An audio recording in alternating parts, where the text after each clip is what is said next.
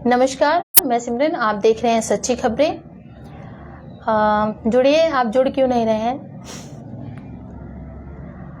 देखिए, ये live video जो है ये बहुत ज़रूरी है क्योंकि ये राजस्थान विधानसभा चुनाव के बारे में हम बात करेंगे। उस हिसाब से आपको लाइव आना है और मैं आपको उसमें बहुत बड़ी जानकारी दूंगी जो आपके लिए बहुत ही महत्वपूर्ण है। अभी हमारे साथ कोई भी लाइव नहीं जुड़ा है तो जल्दी से जल्दी जुड़िए, मैं इंतज़ार कर रही हूँ और आपसे निवेदन है कि कृपया करके शीघ्र आप हमारे साथ जुड़िए क्योंकि हम भी आपको अपना अभी एक लोग जुड़ चुके हैं हमारे साथ।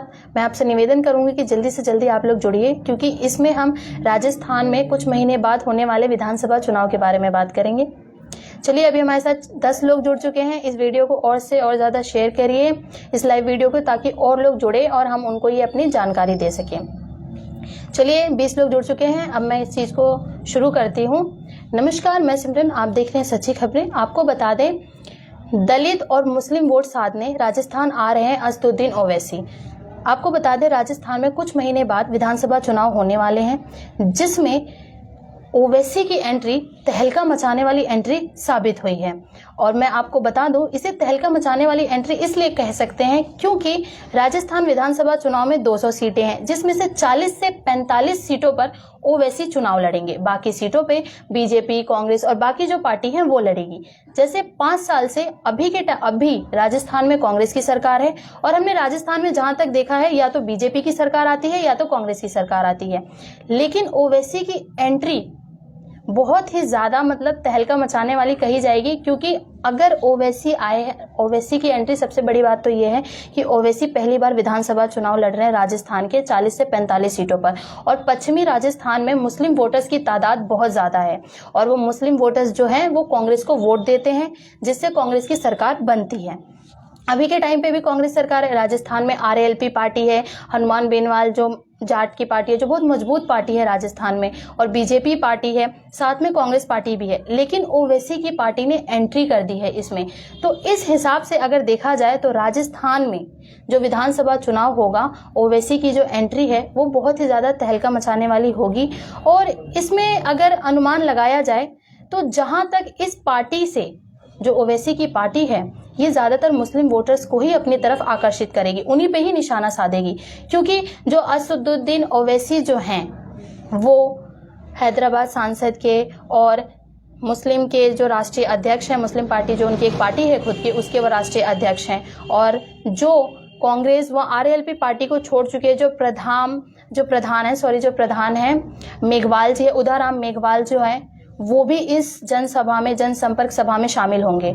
कल ही के दौरे पे 11 और 12 मार्च को असदुद्दीन ओवैसी जो हैं वो राजस्थान के बाड़मेर और जोधपुर जिले में जो है उसके दौरे पर हैं और वहां पे जनसंपर्क सभा करेंगे जिसमें उदाराम मेघवाल भी शामिल होंगे। जहां तक अगर हम बात कहें इस चुनाव को लेके, विधानसभा चुनाव को लेके, तो इसमें एक जो सबसे अहम बात अगर मैं कहना चाहूंगी या फिर सब जो कहेंगे वो ये है कि राजस्थान में कांग्रेस की सरकार है।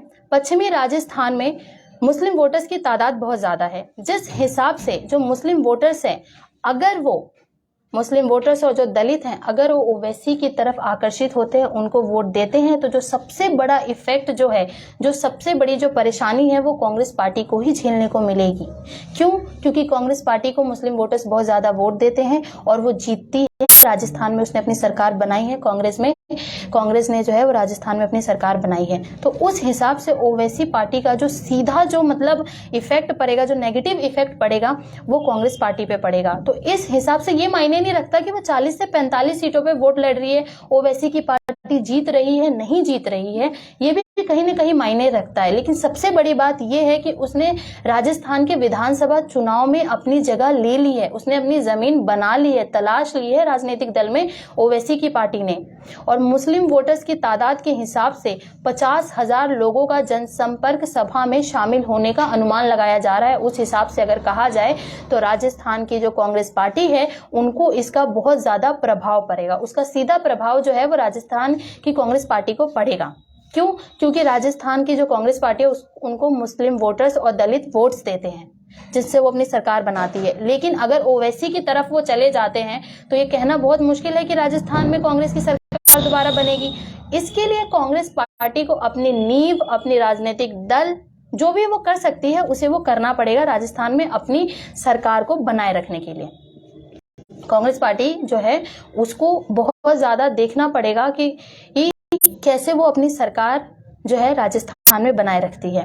लेकिन जो विधानसभा चुनाव के जो परिणाम आएंगे उस हिसाब से हम ये भी देखेंगे कि कैसे कितने उससे ओवैसी को वोट मिले हैं। ओवैसी जीते ना जीते वो नहीं, लेकिन जितने उसको वोट मिलते हैं और जितने कांग्रेस पार्टी को वोट मिलते हैं या जितने बीजेपी को वोट मिलते हैं, मैं सिर्फ कांग्रेस को नहीं, मैं बाकी पार्टीज को भी बोलूंगी, जितने मिलते हैं उस देख के हिसाब उसके हिसाब से हम करेंगे।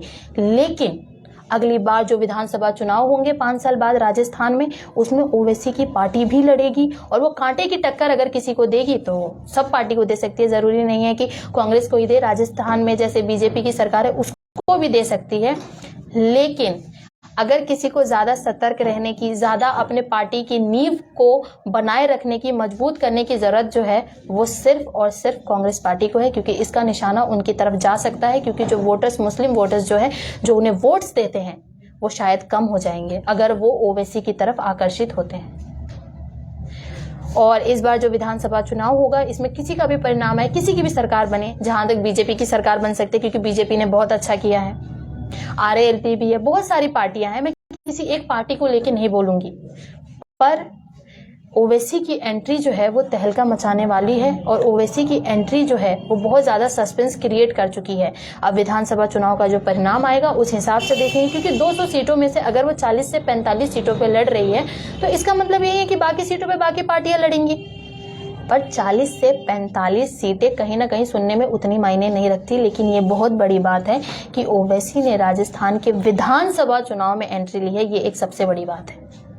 उसकी ये एंट्री जो है ना, ये मतलब विधानसभा चुनाव का जो रुख चल रहा है, जो मतलब चल रहा है, उसमें रुख मोड़ सकती है। जितने वोटर्स अगर ओवैसी की तरफ जाते हैं, वोटर्स अगर ओवैसी की तरफ आकर्षित हो जाते हैं, मुस्लिम वोटर्स, तो उस हिसाब से राजस्थान में जो कांग्रेस की सरकार है उसकी नींव कहीं ना कहीं डगमगा सकती है। तो अब तो वो राजस्थान में जो विधानसभा चुनाव होगा उस हिसाब से ही आपको मैं जानकारी दूंगी। जब तक आप इस वीडियो को देखते रहिए और शेयर करते रहिए और हम आपसे फिर जल्दी बहुत जल्द जुड़ेंगे।